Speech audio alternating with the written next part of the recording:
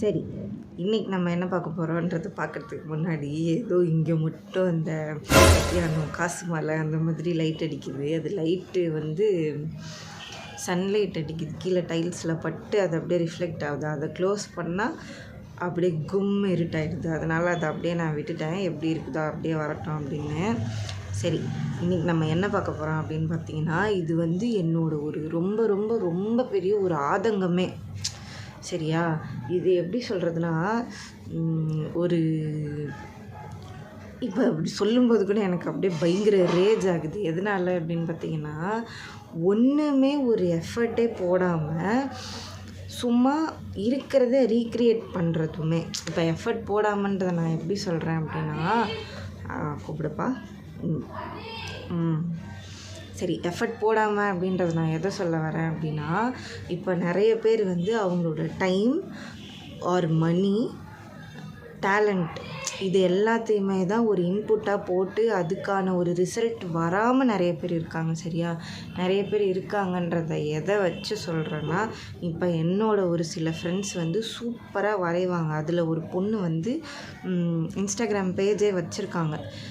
அவங்க வந்து ரொம்ப நாளாக வரைஞ்சி போட்டுட்ருக்காங்க. இந்த மாதிரி தஞ்சாவூர் ஓவியங்களாகட்டும், இல்லை பென்சில் ஆர்ட்ஸாக இருக்கட்டும், அது வந்து அவங்க வரைஞ்சி சேல் பண்ணுறாங்க.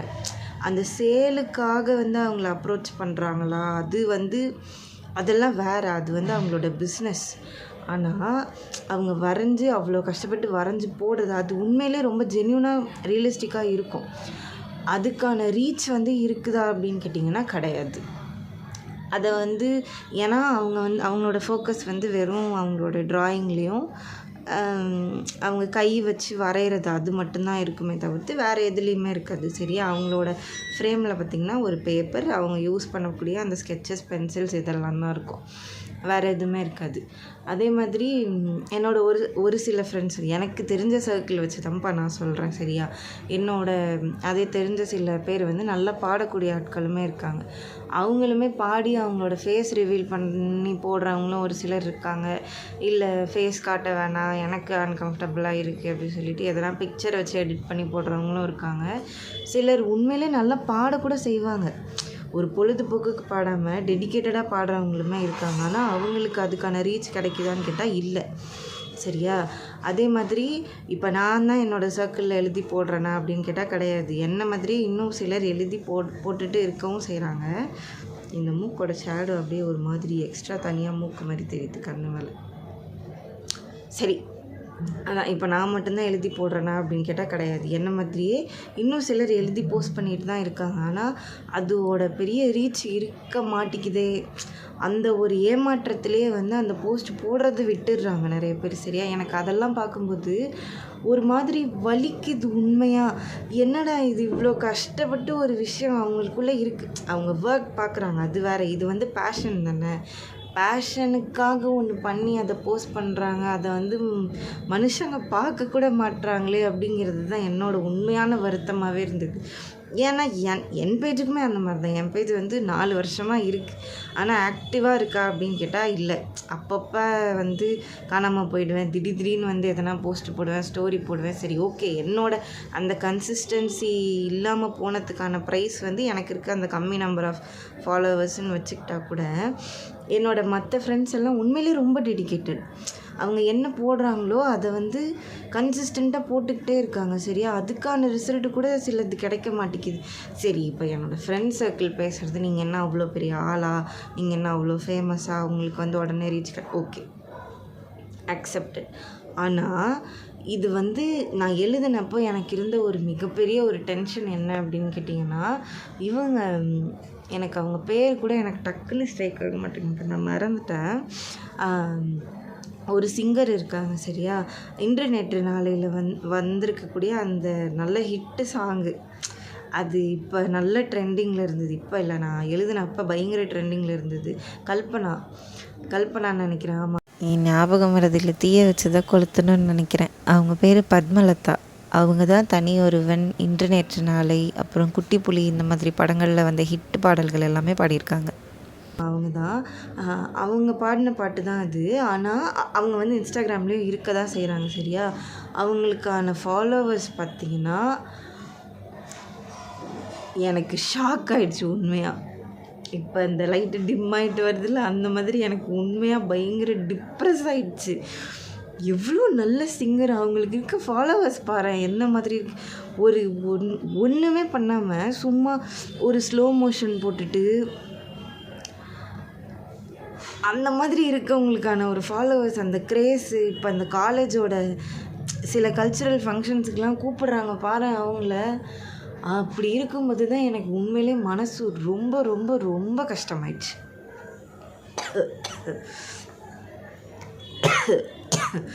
அந்த மாதிரி ஒரு கஷ்டத்தில் எழுதுனது தான் இது. கஷ்டத்துலன்னா நான் மனசு உடஞ்சி போய் எழுதுனது தான் இது. நீங்கள்லாம் இது தானடா, நீங்கள்லாம் ஏன் சொல்லணும்னா, நானுமே ஒரு நல்ல கண்டென்ட் இருந்தால் அதை பார்க்குறேன்னா, சரி ரொம்ப நேரம் ஆகுது, இது ரொம்ப நேரம் பார்த்துக்கிட்டே இருக்கோமே, ஒரு பாதி வரைக்கும் ஓட்டி பார்த்துட்டு ஸ்பீடாக இவங்க என்ன சொல்ல வராங்க அப்படின்றத அந்த எண்டில் ட்ராக் பண்ணி பார்த்துட்டு, சரி ஓகே ரிசல்ட் இது தானே, ஓகே ஃபைன், ஸ்கிப் பண்ணிவிட்டு போயிடு அப்படின்ட்டு தான் நானுமே போயிருக்கேன். எனக்கு வந்து ஒரு கில்ட் ஆகிடுச்சு. எல்லாரையுமே சொல்கிறோமே, அப்போ நம்மளும் அந்த மாதிரி தானே இருந்திருக்கோம். அப்போ நம்ம பேஜுக்கு வந்து வியூஸ் வரல, நான் என்னோடய போடுற அந்த கண்டென்ட்டுக்கு வியூஸ் வரலன்னு நான் எப்படி சொல்லுவேன்? அது சொல்ல முடியாது இல்லையா? ஸோ அந்த மாதிரி ஒரு மன கஷ்டத்தில் எழுதுனது தான் இது.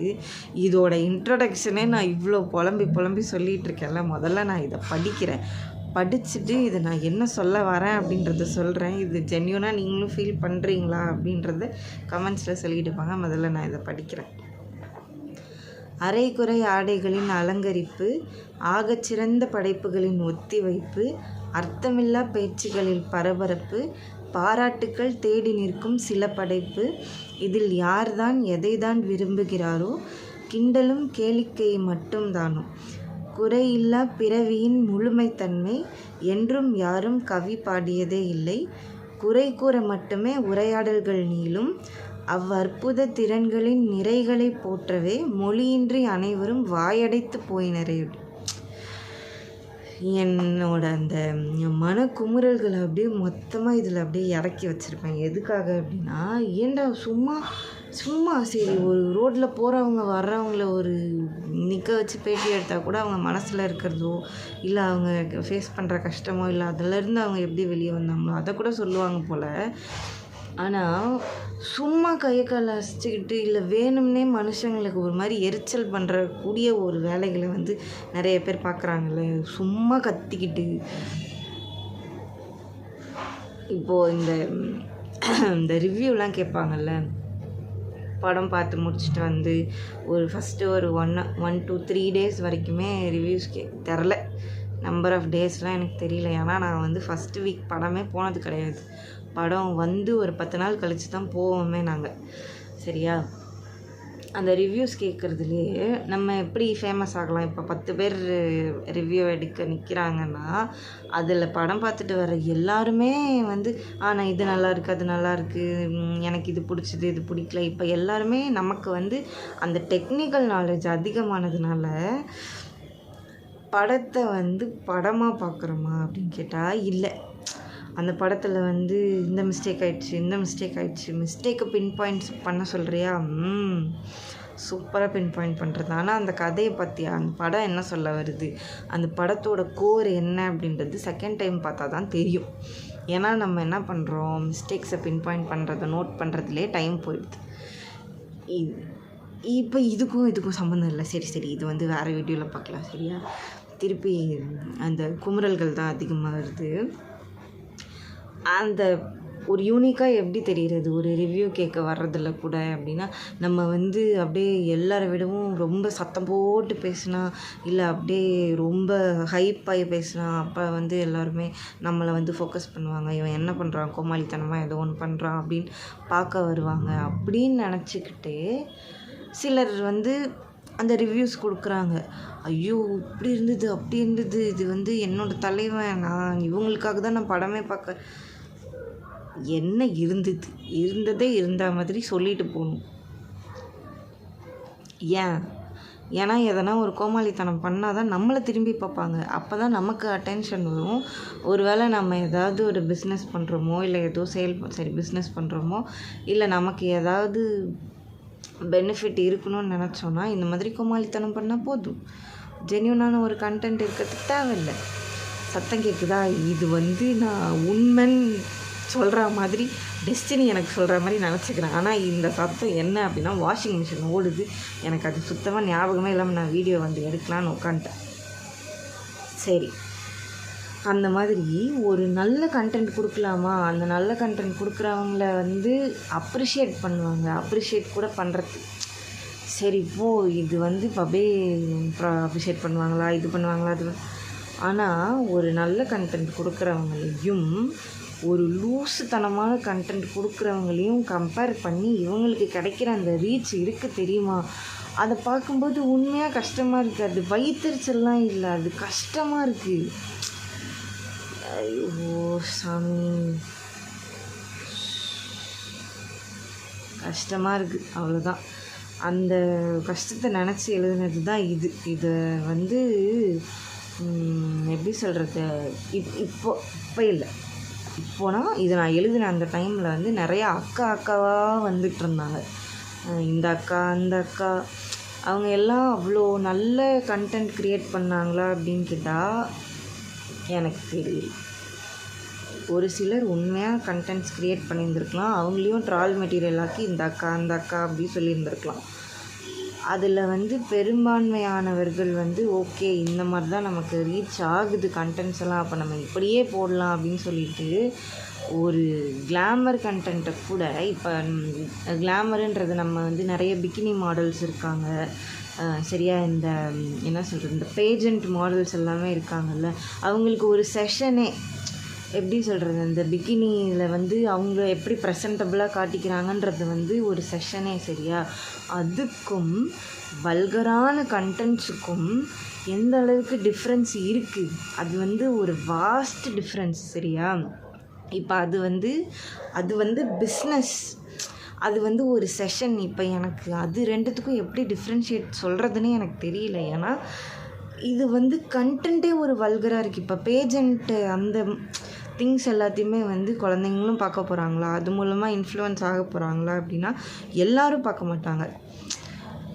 உண்மையாக அதை பற்றி யோசிக்கிறவங்க, டக்குன்னு அதை பற்றி க்ராஸ் பண்ணி வந்தவங்க சரி இது என்ன அப்படின்னு போய் பார்க்கலான்னு தான் பார்ப்பாங்களே தவிர்த்து, இப்போ இன்ஸ்டாகிராம்லேயே ஆகட்டும், ஒரு யூடியூப்லேயே ஆகட்டும், இல்லை எந்த ஒரு சோஷியல் மீடியா பிளாட்ஃபார்ம்லேயே ஆகட்டும், ஒரு ஈஸி ஆக்சஸ் இருக்கக்கூடிய எல்லா இடத்துலையுமே இப்போது ஒரு அபவ் 18 தான் பார்க்குறாங்களா, இல்லை அண்டர் 18 பார்க்குறாங்களா, ஆமாம். அப்போ அவங்க எல்லாருக்குமே இந்த கண்டென்ட் போய் சேருதா, கண்டிப்பாக போய் சேரும். அப்போ இதை அவங்க கன்சியூம் பண்ணிவிட்டு இது ஒன் ஆஃப் த மெத்தடுன்னு அவங்க எடுத்துப்பாங்களா, ஃப்யூச்சரில் நான் படிக்க தேவையில்ல, இது மட்டும் எனக்கு போதும், இந்த மாதிரி கோமாளித்தனம் பண்ணாலே எனக்கு நிறைய காசு வருது, என்னை எல்லாருமே வந்து பார்க்குறாங்க, எனக்கு ஒரு மரியாதை இல்லாமல் போனால் கூட பரவாயில்ல, ஆனால் நான் அதிலேருந்து லூஸ்தனம் பண்ணி சம்பாரித்தேன்னா அது எனக்கு ஓகே அப்படின்னு இருக்கக்கூடிய ஒரு இடத்துக்கு நம்ம வந்துட்டோமா, இல்லை நம்மளோட நெக்ஸ்ட்டு ஜெனரேஷனை வந்து புஷ் பண்ண போகிறோமா அப்படின்னு நினச்சி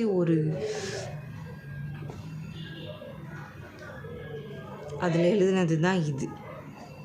இன்னும் நான் இதை வந்து எக்ஸ்பிளைன் பண்ணலை. ஒரு சின்ன பிரேக் எடுத்துகிட்டு வந்து நான் இதை எக்ஸ்பிளைன் பண்ணுறேன். ஏன்னா இப்போ இதை பேசும்போது கூட எனக்கு உண்மையாக அவ்வளோ டென்ஷன் ஆகுது.